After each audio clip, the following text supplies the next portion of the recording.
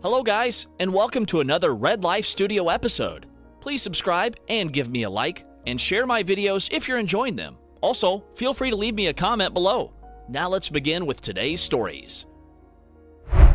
My 31M fiancé, 34F, cheated and got pregnant by the other guy. I have been engaged to marry my fiancé for approximate 4 years, together for over 10 years. We had our ups and downs, probably like most, but it was never due to anything dubious, as far as I'm aware. I have been sensing/feeling/seeing new red flags pop up about 6 months ago when my so started a new job. I had supported her throughout her education prior to this new job, and we were both excited that she would be able to pursue a career with her new credentials. Now that she's been on the job for a few months, she's started making new friends.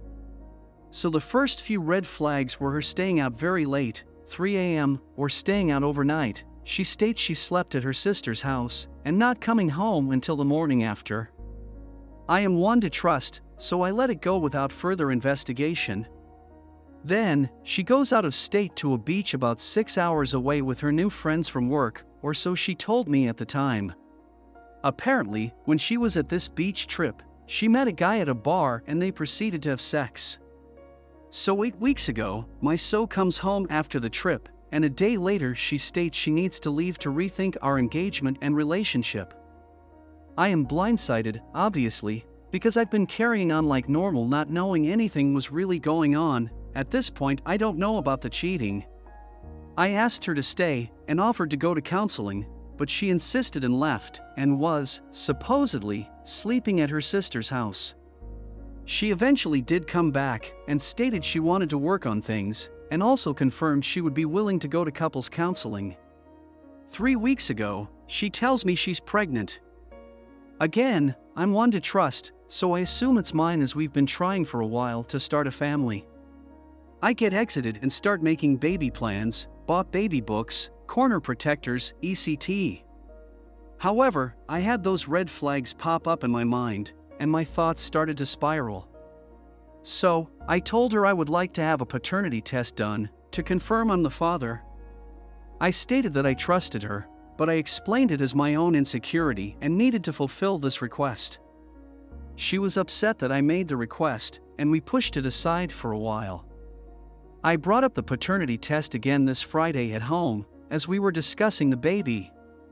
She broke down at this time and told me she's been cheating on me, and that she is 100% sure that the father is the other guy. She then told me she made an appointment for an abortion for the next day. I was shocked, to say the least, and my heart was broken. I didn't freak out, I'm still waiting for that to happen if I'm honest, and told her I would take her to her abortion appointment, as it was over an hour away and didn't want her getting sick or something on the way home.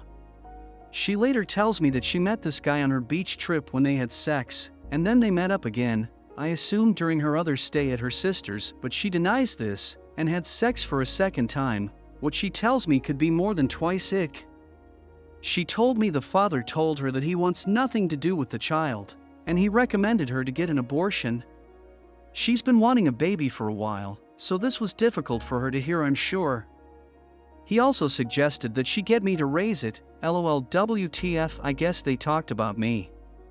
Who knows, maybe if I wasn't talking about the paternity testing I would have fallen into that. I have promptly left our apartment and moved back in with my parents. She is trying to say that she loves me, but I'm devastated and can't see anything being repaired at this point. I am just so upset about the life we had being destroyed, and I lost my companion, her dog, but I am home with it all the time as IWFH, and all the other things that crumble alongside a relationship dying. I guess I'm looking for some advice on what to do next. Or for some insight on how to start feeling the effects of this, because I feel dead right now. Edit. Thank you for all of the support. Reading these comments is helping me cope with the situation, so I appreciate it. I have moved out about 85% of all of my stuff. Some of the remaining items are in storage and bundled together, so I will have to schedule some time with the ex-fiancé to go through it all. But once that last trip there is done, then I'll be completely moved out. I have everything of significant value out of there. Edit 2, January 12th, 22. The lease was terminated on December 31, 2021, and of course she wasn't fully moved out yet, so I had to go over and help her get rid of the remaining items. I was under the impression that it was a ton of stuff still, but luckily it wasn't too bad and only took me about 2 hours and we got everything out of there. I said goodbye after that with no affection and left and haven't seen her since. The only other remaining item was car insurance, which I terminated and obtained a new policy. Texted her that the policy was terminating and she had 10 days to find a new policy, so I gave her plenty of time to look for one who knows what she did, but that's not my problem. I haven't spoken to her since I texted her about the car insurance, and that was on January 3, 2022. She hasn't attempted to contact me in any way. Not that I want her to, on the contrary, I'm very pleased she hasn't tried calling me or whatever.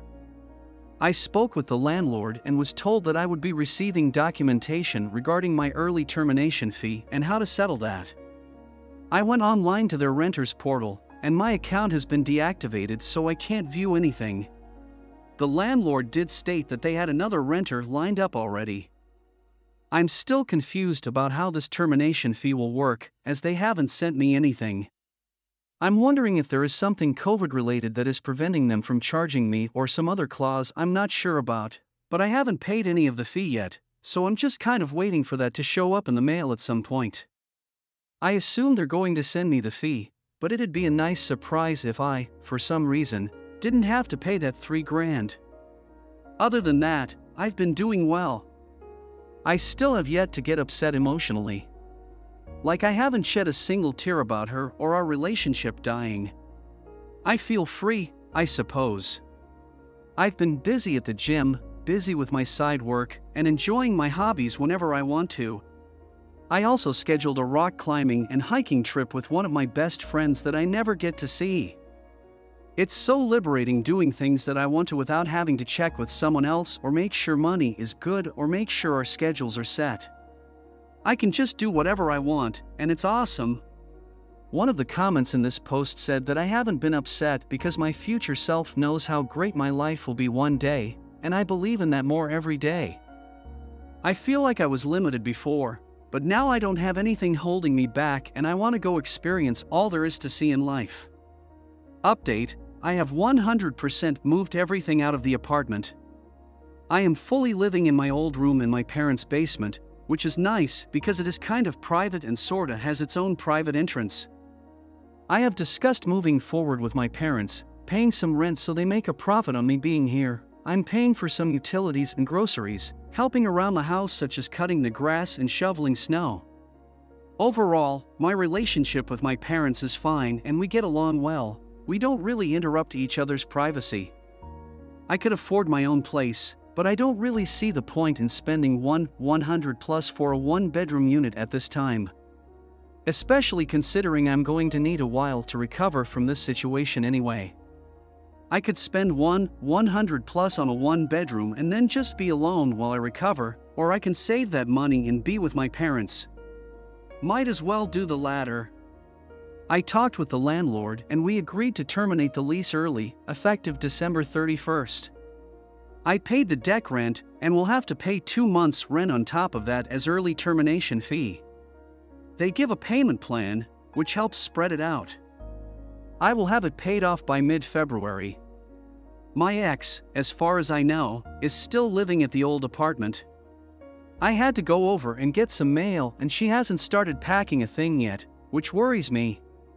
I hope it doesn't lead to eviction, as that'll likely go against my record too, since I'm on the lease. I haven't looked too far into that, but hopefully I can have it removed if I can prove that it wasn't actually me that got evicted. Now that I am a few weeks out from this, I have been going over the weeks and months leading up to this discovery.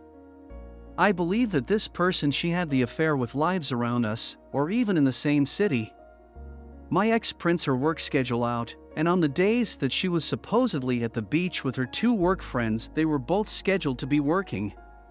I asked ex about this at the time, and she stated that they spoke with management and they weren't on the schedule anymore, so I said why wasn't the schedule updated then, and she said that it was at work but she didn't get a copy of it. So, there's another red flag. I knew in my gut at the time that this didn't make sense. Especially since 3 people all being off on the same Thursday and Friday also doesn't seem like it would be allowed in such a small office, as they only have like 7 or 8 people total. I should have investigated this more, but I let it go. I feel in my gut now that it is very likely that this affair partner is close by and not in another state. X said that he drove up here to have sex with her when she got pregnant. That would be a 6-hour drive. So he drove 6 hours here, they had sex, and then he drove 6 hours back home the next day? I doubt it. I mean, I can understand desperation, but that's a little ridiculous. Plus, he just had her recently, so it's not like he didn't get any for years and years. I don't know, doesn't make sense to me, similar to most of this situation. Thank you for watching. If you enjoyed the video, hit like. If you would like to see more, feel free to subscribe.